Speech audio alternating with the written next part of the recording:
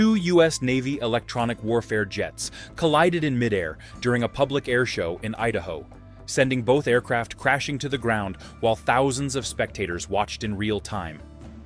Within seconds, 4 parachutes opened above Mountain Home Air Force Base as the crews ejected before the aircraft exploded on impact.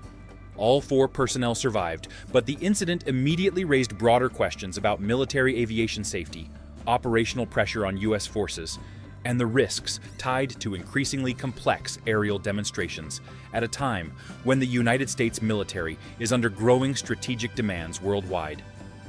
The collision itself lasted only moments. The consequences for training standards, aircraft readiness, and public confidence in military aviation safety may last far longer.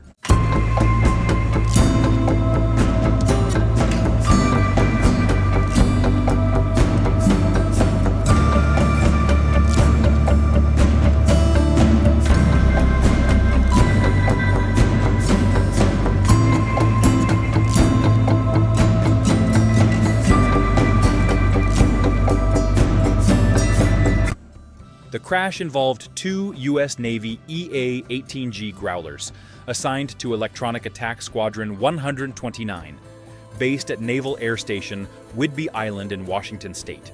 According to CMDR Amelia Umayam, spokesperson for Naval Air Forces under the U.S. Pacific Fleet, the aircraft were conducting an aerial demonstration on Sunday during the Gunfighter Skies air show at Mountain Home Air Force Base in Idaho.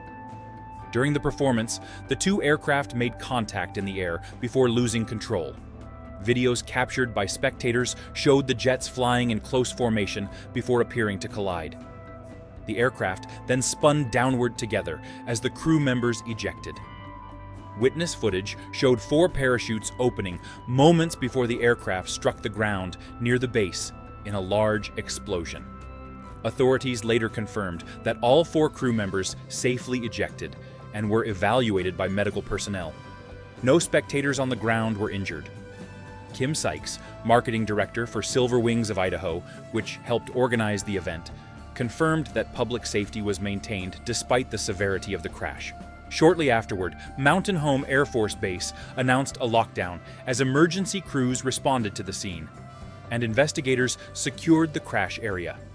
The incident occurred approximately 50 miles southeast of Boise during the return of the Gunfighter Skies event, which had not been held at the base since 2018.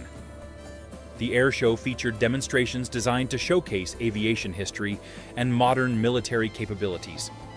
The U.S. Air Force Thunderbirds demonstration squadron headlined both days of the event, drawing large crowds to the base. The aircraft involved are among the U.S. military's most advanced electronic warfare platforms. The EA-18G Growler is derived from the FA-18 Super Hornet and is designed specifically for electronic attack missions. These aircraft can jam enemy radar systems, disrupt communications, suppress air defenses, and support strike operations in contested environments.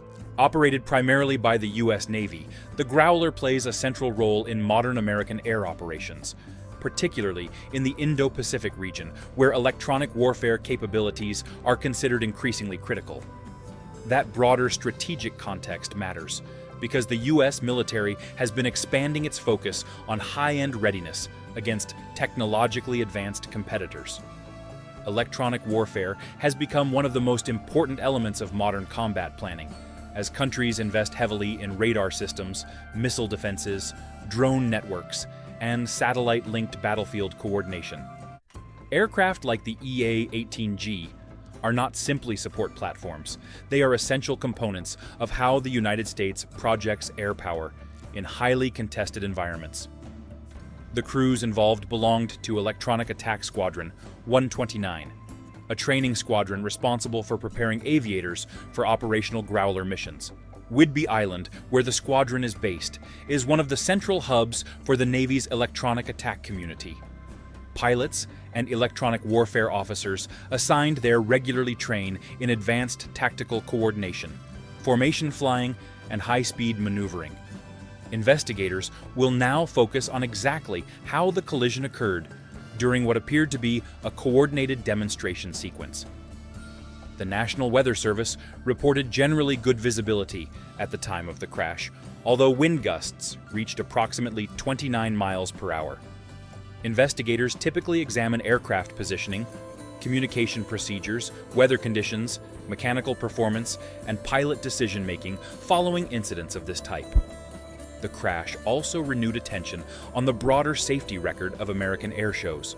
According to John Cuddy, President and Chief Executive of the International Council of Air Shows, the industry has spent years improving operational safety standards across roughly 200 annual air shows held throughout the United States. Historically, American air shows averaged around 2 fatalities per year. Over the past decade, that number has reportedly declined closer to 1 annually. Importantly, no air show deaths were recorded in either 2024 or 2025 before this incident, and no spectator has been killed at a U.S. air show since 1952. That statistic reflects major changes in crowd safety rules, pilot training procedures, emergency response planning, and aircraft separation requirements developed over decades following earlier accidents. Still, military aviation demonstrations continue to involve inherent risk because they combine high-performance aircraft, close maneuvering, public visibility, and precision timing. Airshow performances often require pilots to operate at lower altitudes and tighter formation spacing than during routine transit flights. Even small miscalculations can rapidly escalate into catastrophic situations. The Mountain Home incident also revived memories of earlier crashes associated with military demonstrations. During the same Idaho event in 2018, a hang glider performer died in an accident. In 2003, a Thunderbird jet crashed during a maneuver at Mountain Home Air Force Base, although the pilot managed to eject safely after steering the aircraft away from spectators. More broadly, the last major fatal U.S. air show disaster occurred in Dallas in 2022, when 2 vintage military aircraft collided during a commemorative event, killing 6 people. That accident intensified industry discussions around coordination procedures, aircraft separation protocols, and oversight standards during complex demonstration flights. One possible outcome of the Idaho collision is that the Navy conducts a relatively narrow technical investigation focused on pilot coordination or demonstration procedures without broader operational consequences. A second possibility is that the crash contributes to wider scrutiny of military aviation readiness and operational strain.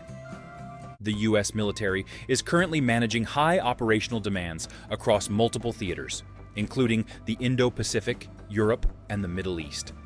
The road leading to Mountain Home Air Force Base remains partially closed as federal authorities and military investigators continue examining the crash site. The investigation will likely take months before final conclusions are released publicly. What remains clear already is that the survival of all 4 crew members prevented what could have become one of the deadliest American airshow disasters in recent years.